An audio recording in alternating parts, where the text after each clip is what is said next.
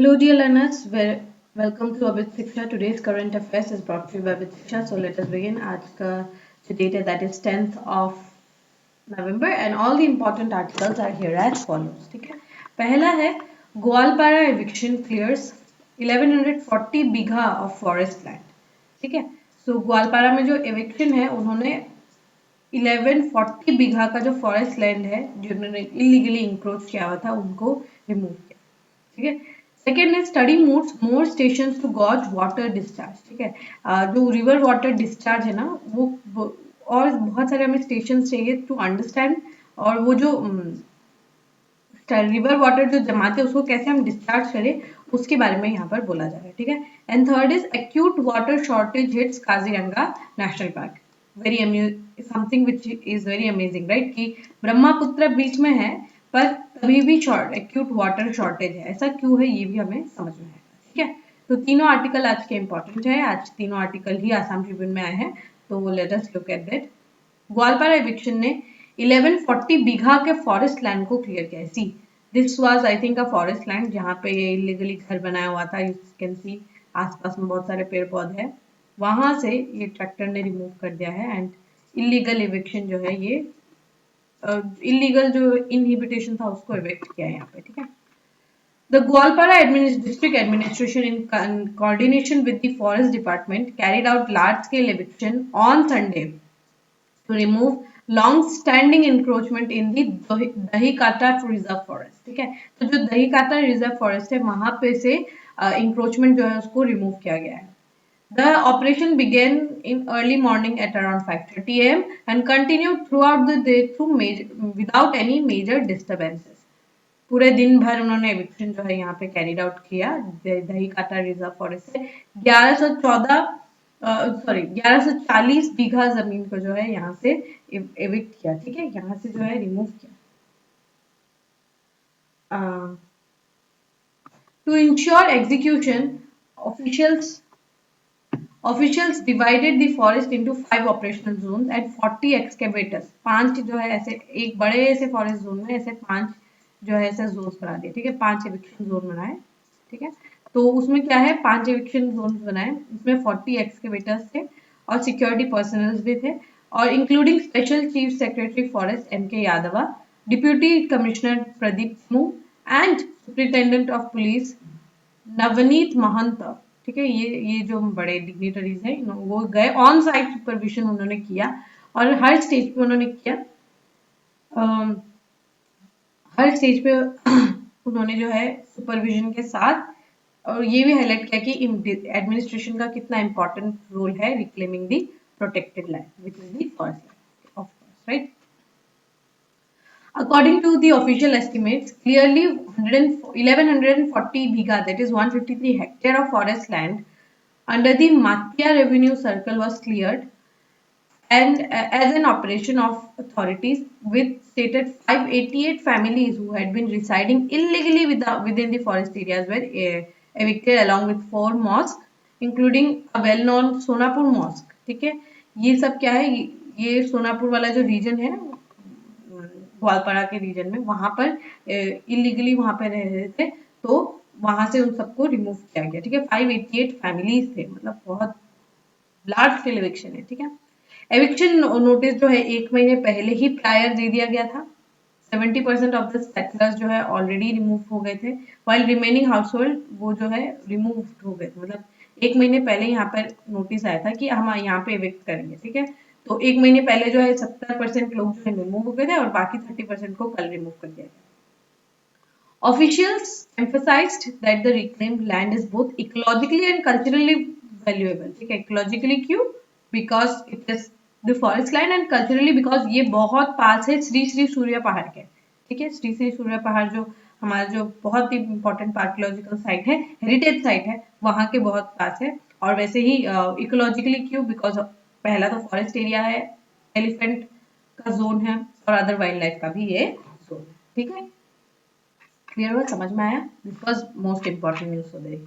Second is downstream impact of dams. ठीक है. जो डैम्स है ये देखिए पानी है, ये नदी का पानी कलेक्ट होता है और बहुत धीरे धीरे यहाँ पे पानी रिमूव किया जाता है. ठीक है. तो ये डैम जो है फ्लड के समय पे बहुत ज्यादा हेल्पफुल करता है. तो हमें क्या है और सारा रिवर स्टेशन जो है वो चाहिए to understand the impact of the ground water discharge, किस तरीके से ग्राउंड वाटर डिस्चार्ज करें, ये बहुत इंपॉर्टेंट है स्टडी करना, ठीक है।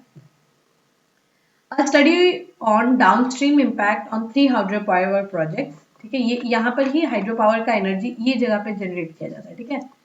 ये जो बिल्कुल आपको ये पोजीशन दिख रहा है ना, यहाँ पर ही हाइड्रो पावर बहुत तेज से पानी को इस तरीके से गिराया जाता है, ठीक है, ऐसे करके। यहाँ पर जो काइनेटिक एनर्जी और पोटेंशियल एनर्जी जो यहाँ क्रिएट हो रहा है उससे हाइड्रो इलेक्ट्रिक पावर जो है वो जनरेट होता है, ठीक है। वैसे आपको पता होगा कार्बिल आंगपी पे है, then we have hydro electric project in कोकिली, right, and Subansiri lower hydro electric project. तो ये प्रोजेक्ट जो है रिवर के ऊपर बने रहते हैं ना, तो उसको अंडरस्टैंड करना बहुत इंपॉर्टेंट है, ठीक है। A study on downstream impact of 3 hydropower project। अब डाउनस्ट्रीम इम्पैक्ट क्या है, नदी ये वाला स्ट्रीम है दैट इज अपस्ट्रीम, दिस नीचे वाला स्ट्रीम दिस इज डाउनस्ट्रीम। तो इसका इम्पैक्ट क्या है, डाउनस्ट्रीम का इम्पैक्ट क्या है, उसको स्टडी करने का यहाँ पे स्टडी किया गया था। और उसने क्या एम्फोसाइज किया है कि हमें flood plain zoning, community preparedness and coordination of dam water release, ये सबको एक साथ करके ही और जितने भी वहाँ के लोग हैं, कम्युनिटी है, उनको उनके साथ सलाह मशवरा करने के बाद ही और एग्रीकल्चरल एसेट्स को अंडरस्टैंड करने के बाद ही हमें फ्लड वाटर्स को धीरे धीरे रिलीज करना चाहिए, ठीक है। नॉट जस्ट कि मतलब मन हुआ और कर दिया, ऐसे नहीं होना चाहिए, ठीक है। The study flooding scenario generation and discharge based, ये स्टडी का नाम है। रिवर कौन कौन सी नदी के ऊपर हुई, रंगा नदी, दोयांग एंड कुरिचू, ठीक है, कुरिचू हाइड्रो वाटर प्रोजेक्ट, इन 3 नदी के ऊपर स्टडी हुआ था। किन्होंने स्टडी किया, नेसार विद ASDM है, ठीक है, ये 2 बॉडीज ने जो है यहाँ पे स्टडी किया था। उन्होंने समझा कि जो पानी को हम जब रिलीज करते हैं ना, डैम वाटर को जब हम रिलीज करते हैं, तो ये जो हाइपोथेटिकल एक फ्लड सिनेरियो बन जाता है, ठीक है, क्योंकि ये जो है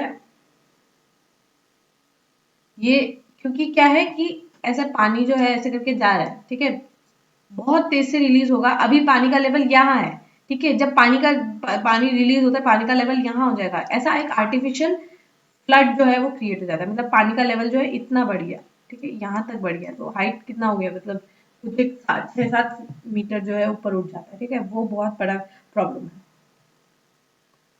टेकिंग टू अकाउंट ये जो जब पानी डिस्चार्ज होता है, ये हाइपोथेटिकल एक फ्लड सिनेरियो क्रिएट कर देता है।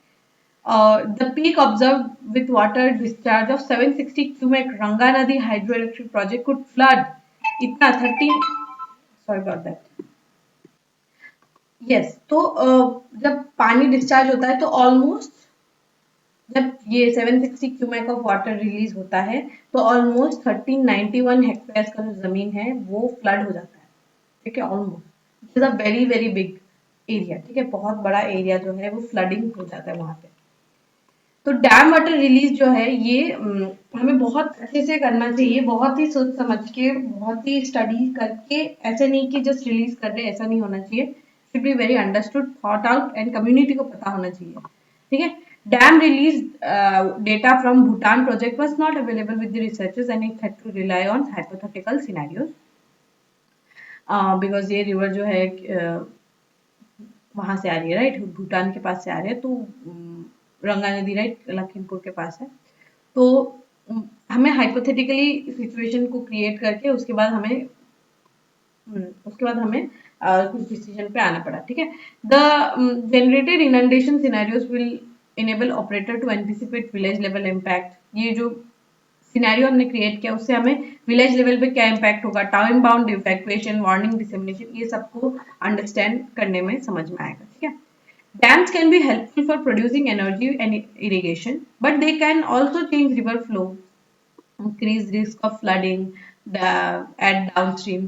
डैम जो है हेल्पफुल रह सकता है इरिगेशन वगैरह के लिए, लेकिन इनका रिस्क भी है, ठीक है, बहुत ज्यादा रिस्क है इनका, फ्लड हो सकता है, ठीक है।